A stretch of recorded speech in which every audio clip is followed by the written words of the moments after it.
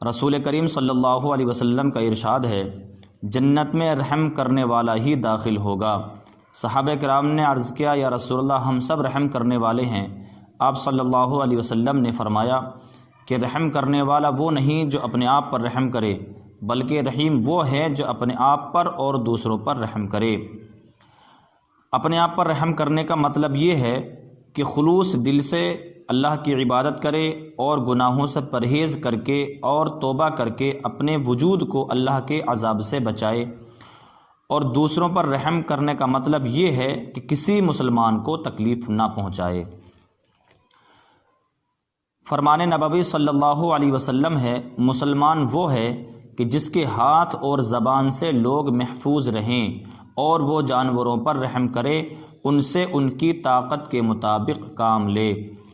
حضور صلی اللہ علیہ وآلہ وسلم کا فرمان ہے، ایک شخص سفر میں جا رہا تھا کہ اسے راستے میں سخت پیاس لگی۔ اسے قریب ہی ایک کنواں نظر آیا۔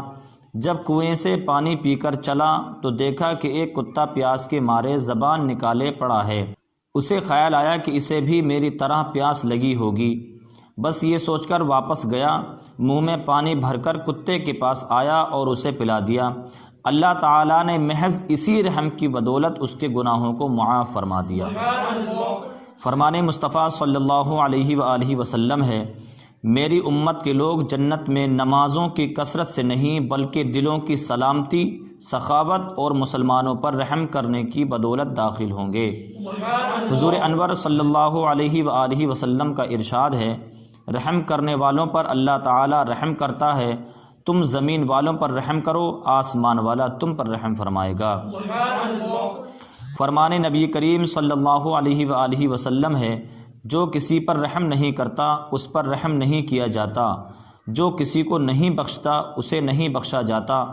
حضرت مالک بن انس رضی اللہ تعالیٰ عنہ سے مروی ہے، حضور صلی اللہ علیہ وآلہ وسلم نے فرمایا، تم پر مسلمانوں کے 4 حق ہیں، اپنے محسن کی مدد کرو، گنہگار کے لیے مغفرت کی دعا کرو، مریض کی عیادت کرو اور توبہ کرنے والوں کو دوست رکھو۔ روایت ہے کہ حضرت موسیٰ علیہ السلام نے اللہ تعالیٰ سے عرض کیا، اے اللہ، تو نے مجھے کس وجہ سے صفی بنایا ہے؟ رب تعالیٰ نے فرمایا، مخلوق پر تیرے رحم کرنے کی وجہ سے۔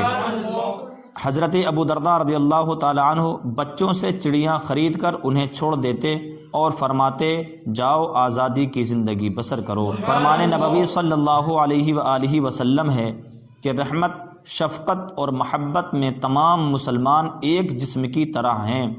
جب جسم کا کوئی حصہ تکلیف میں مبتلا ہوتا ہے تو سارا جسم اس درد کو محسوس کرتا ہے اور اس درد میں مبتلا ہو جاتا ہے۔ بنی اسرائیل پر سخت قحط کا زمانہ تھا۔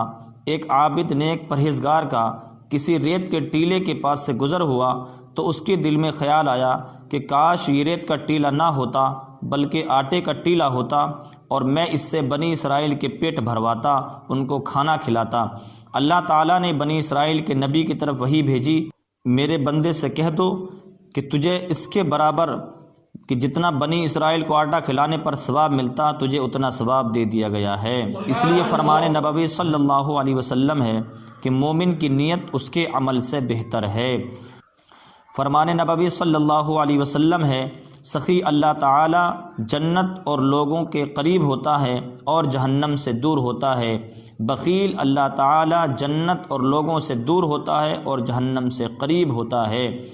فرمان نبوی صلی اللہ علیہ وسلم ہے کہ جاہل سخی اللہ تعالیٰ کو عابد بخیل سے زیادہ پسند ہے۔ حضرت ابن عباس رضی اللہ تعالیٰ عنہ سے مروی ہے کہ حضور صلی اللہ علیہ وسلم نے فرمایا کہ اللہ نے اپنے بعض بندوں کو مال و دولت سے مالا مال کر دیا تاکہ وہ لوگوں کو فائدہ پہنچاتے رہیں، تو جو شخص فائدہ پہنچانے میں پس و پیش کرتا ہے یعنی ہچکتا ہے، دینے میں دیر کرتا ہے، اللہ تعالیٰ اس کی دولت کسی اور کو دے دیا کرتا ہے۔ فرمان نبوی صلی اللہ علیہ وسلم ہے، سخاوت جنت کا ایک درخت ہے جس کی شاخیں زمین پر جھکی ہوئی ہیں، جس نے اس کی کسی شاخ کو تھام لیا وہ اسے جنت میں لے جائے گی۔ حضرت جابر رضی اللہ تعالیٰ عنہ سے مروی ہے، حضور صلی اللہ علیہ وآلہ وسلم سے پوچھا گیا کہ یا رسول اللہ کون سا عمل افضل ہے؟ آپ صلی اللہ علیہ وسلم نے فرمایا صبر اور سخاوت سب سے اچھا عمل ہے۔